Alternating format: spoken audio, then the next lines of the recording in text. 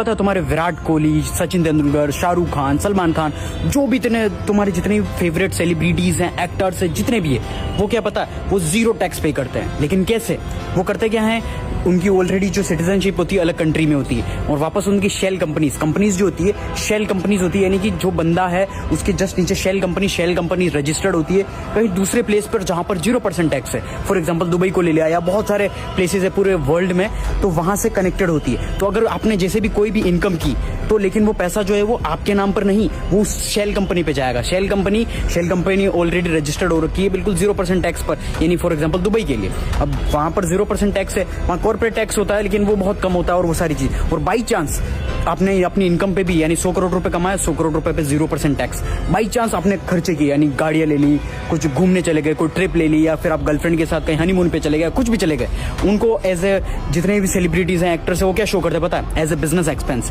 कुछ भी खरीद लिया उन्होंने, कुछ भी खरीद लिया, बड़ी से बड़ी गैजेट्स खरीद लिया, या फोन, गाड़ी, बंगला, कुछ भी खरीद लिया, तो उनको दिखाएंगे एज ए बिजनेस एक्सपेंस, क्योंकि शो करेंगे क्योंकि हमारे बिजनेस के लिए, बिजनेस के वर्क के लिए यहाँ पर हम बिजनेस का काम करते हैं, और इसको बिजनेस यूज ऐसे करके लूप होल से।